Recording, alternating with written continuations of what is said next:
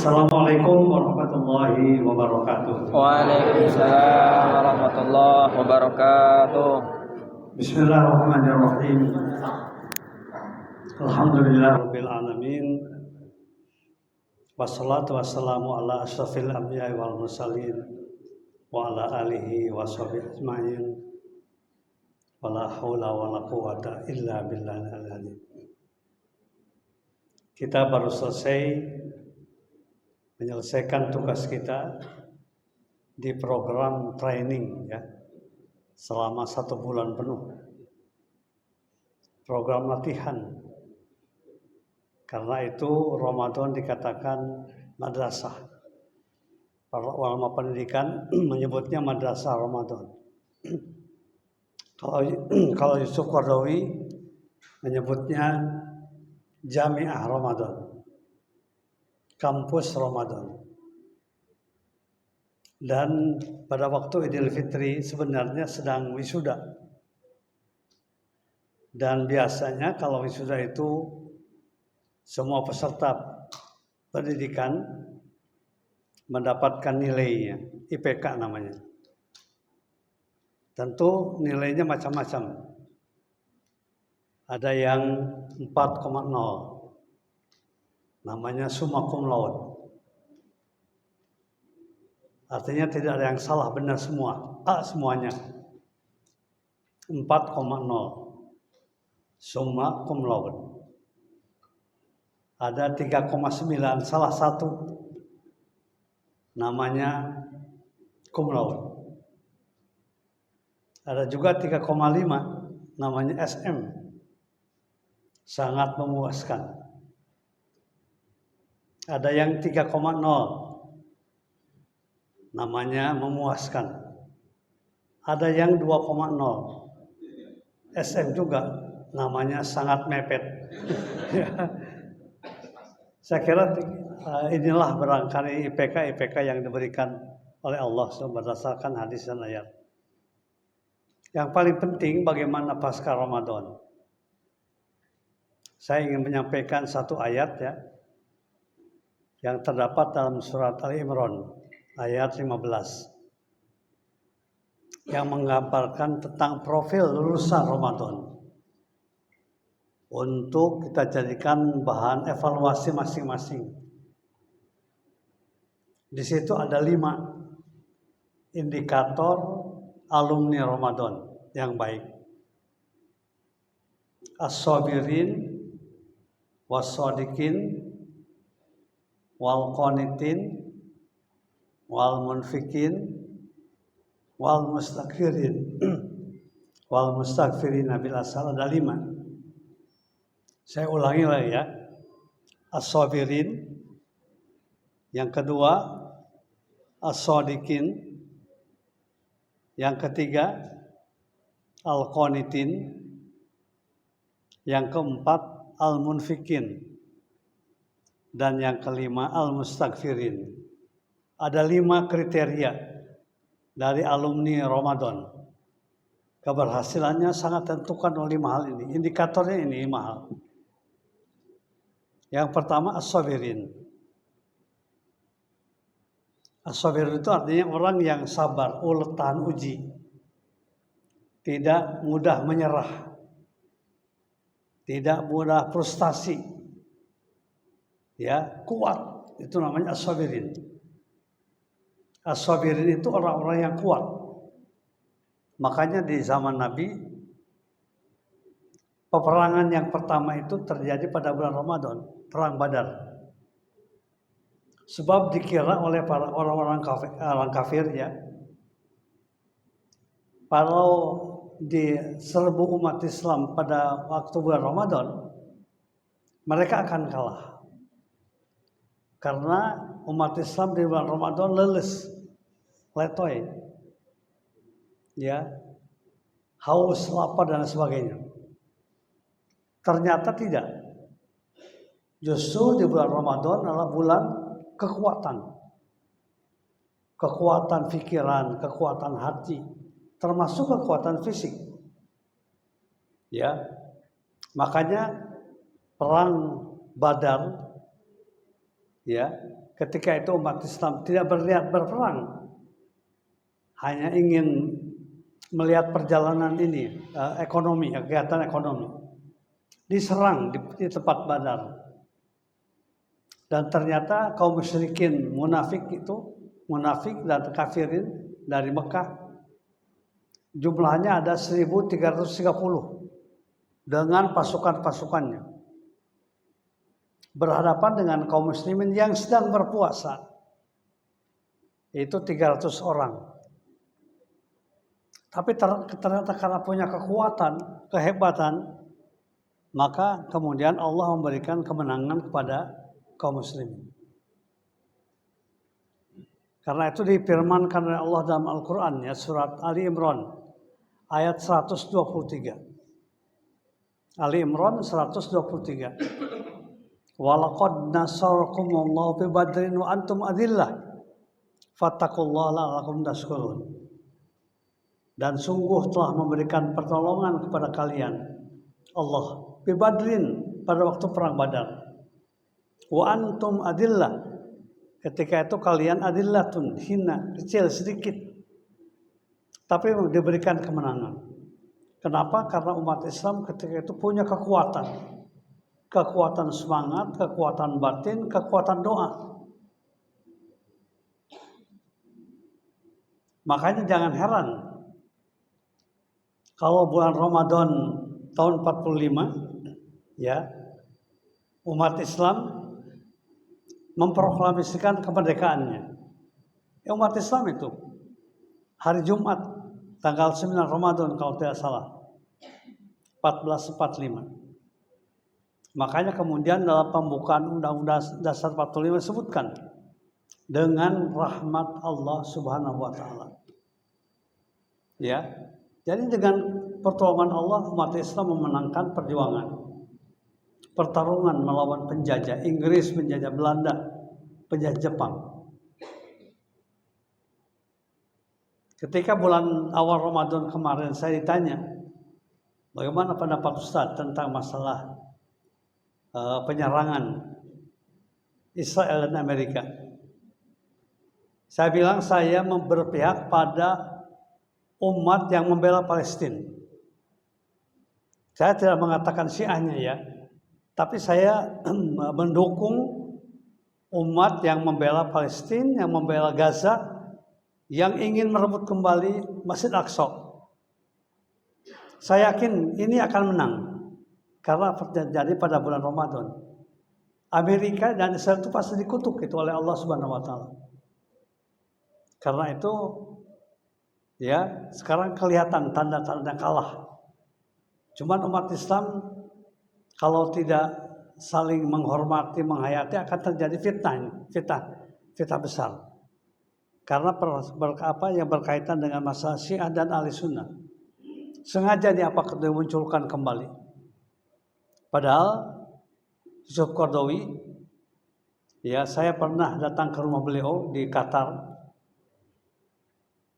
Ya, ketika itu saya dengan anak saya diantar, Irfan dari Pakistan ketika itu, karena saya mendapatkan tugas dari Pali Auda untuk menerjemahkan sebuah buku besar tentang zakat, Fiqh Zakat namanya, karangan Yusuf Qaradawi. Saya datang ke sana, datang ke Yusuf Qaradawi. Yang menarik adalah ketika itu pembantu Yusuf Qaradawi orang Indonesia, suami istri. Suaminya menjadi supir, istrinya menjadi pembantu. Saya ketika itu, tahun-tahun itu, ya, tahun 2000-an, kan sering ceramah di televisi, hampir tiap hari, tiap subuh. Begitu pembantu itu lihat saya, dia langsung, "Bapak kan yang sering TV," katanya. "Ada siapa sih ini?" katanya. Sampai jauh-jauh dari Indonesia datang ke sini mau bertamu. Saya bilang, "Ibu bersyukur tinggal di sini." Karena Yusuf Qaradawi itu presiden umat Islam, ulama Islam sedunia ketika itu. Memang luar biasa tawadunya, rendah hatinya. Sampai supirnya pun tidak tahu, pembantunya tidak tahu bahwa dia itu orang besar. Yang tahu badannya besar saja. Karena yang besar badannya, Yusuf Qaradawi itu. Ketika itu di Qatar, dan Qatar betul-betul menjaga keamanannya segala macamnya. Diberikan fasilitas khusus ya Yusuf Qaradawi itu. Makanya Qatar itu sebenarnya negeri yang dua kaki ya. Pada satu sisi dia pro Amerika, pada sisi yang lain beliau itu membela orang-orang yang anti Amerika. Yang anti Amerika adalah Yusuf Qaradawi dan Al Jazeera. Karena yang namanya TV Arab yang bagus ketika itu Al Jazeera yang pusatnya di Qatar. Jadi beliau mengatakan ketika itu bahwa apapun juga umat Islam itu akan mendapatkan kekuatan pada waktu Ramadan. Dan ternyata luar biasa. Kita doakan saja ya, mudah-mudahan Allah memberikan kemenangan pada kaum muslimin di Palestina. Yang memberikan kemenangan pada kaum muslimin di Gaza. Membebaskan kembali Masjid Aqsa. Dalam qunut asilah kemarin, ya, pada waktu iktikaf itu kan doanya begitu ya. Allahumma ahlik al-yahud, saya begitu ya. Allahumma akil al-yahud wal nasara wal israel wal Amerika. Ya, ahlik al-zalimin bil-zalimin. Hancurkan itu semuanya. Karena mereka menghancurkan Masjid Aqsa, menutup sampai sekarang. Ya. Jadi as-sabirin itu latihan puasa. Jadi kita pun juga begitu. Setelah puasa itu harus sabar betul. Sabar dalam bertugas, dalam menghadapi pasien dan lain sebagainya. Yakin bahwa ini ibadah yang luar biasa. Ibadah yang disertai dengan kesabaran. Itu yang pertama, as-sabirin. Yang kedua tadi apa? As-shadiqin. As-shadiqin itu jujur. Ya, jujur dan amanah. Ya sekarang itu yang diperlukan kita bangun kejujuran. Alaikum bisidqi fa inna sidqa yahdi ilal birri wa innal birra yahdi ilal jannah. Hendaknya kalian jujur, amanah. Tugas apapun itu merupakan pengabdian kepada Allah, apalagi tugas-tugas yang berkaitan dengan kemanusiaan. Apalagi tugas rumah sakit. Itu merupakan tugas yang mulia. Ya, yang mulia yang mengundang keberkahan dari Allah Subhanahu wa taala. Makanya dikatakan alaikum bisidqi as-shadiqin yang benar. Jadi salah satu kebenaran kita itu adalah kita menjadi orang yang jujur. As-sabirin was-shadiqin. Yang ketiga al-qanitin. Al-qanitin itu tunduk patuh pada ketentuan. Amanah dalam tugas pengabdian. Kemudian yang keempat, al-munfikin, orang-orang yang suka berinfak. Dahsyatnya infak yang terjadi bulan Ramadan itu luar biasa. Ya, luar biasa itu infak yang terjadi pada bulan Ramadan. Hampir semua masjid-masjid itu rata-rata di atas 100 juta. Bukan sekedar masjid besar ya. Musola-musola pun juga mendekatkan. Ketika laporannya, hari ini laporan apa? Laporan infak tuh. Saya tadi khutbah Jumat di Al-Hijri ya. Itu Al-Hijri itu kan masjid kecil, Al-Hijri 1 ya, Air Mancur. Itu terkumpul infak itu selama sebulan untuk buka bersama aja 187 juta. Apalagi tempat yang lain. Saya yakin begitu ya, infak itu pokok potensi yang luar biasa. Umat Islam harus memanfaatkan potensi ini. Dan kita doakan mudah-mudahan janji dari Qatar itu akan membangun apa? 2 gedung. Insya Allah Pak, saya yakin itu akan selesai. Ya, walaupun sekarang masih terjadi peperangan, tapi tidak akan menyebabkan mereka itu kemudian memutuskan janjinya. Saya yakin mereka akan menepati janjinya. Saya kenal dengan orang-orang Qatar itu luar biasa. Ya, pengalaman dai-dai di Indonesia itu kan banyak yang mendapatkan dana dari mereka. Orang Arab itu orang-orang yang baik-baik. Kalau mereka pemurah, pemurahnya luar biasa. Tapi kalau koreknya juga luar biasa. Ya. Saya lama 1 tahun tinggal di Madinah ya, dengan Pak Hatta ya, dan Dr. Hatta. Itu di Madinah itu terkenal ya sahabat tapi pemurah. Makanya mereka kaya. Ya, kaya sekali ya sahabat Nabi di Madinah itu karena mereka pemurah. Jadi bukan karena semata-mata usahanya yang dasar, tapi juga karena kepemurahan mereka. Al-munfiqin. Kemudian yang terakhir, yang kelima, al-mustaghfirin. Memohon ampun pada Allah bil ashar, pada waktu sahur. Oleh karena itu, silakan kita manfaatkan waktu yang diberikan Allah pada waktu sahur. Silakan biasakan kalau kemarin kita bangun jam 3, jam setengah 3, sekarang kita teruskan. Ya. Walaupun tidak ada sahur atau dipancing pakai sahur.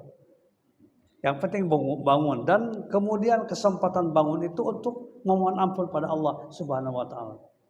Termasuk juga berdoa pada Allah untuk kebaikan rumah sakit kita.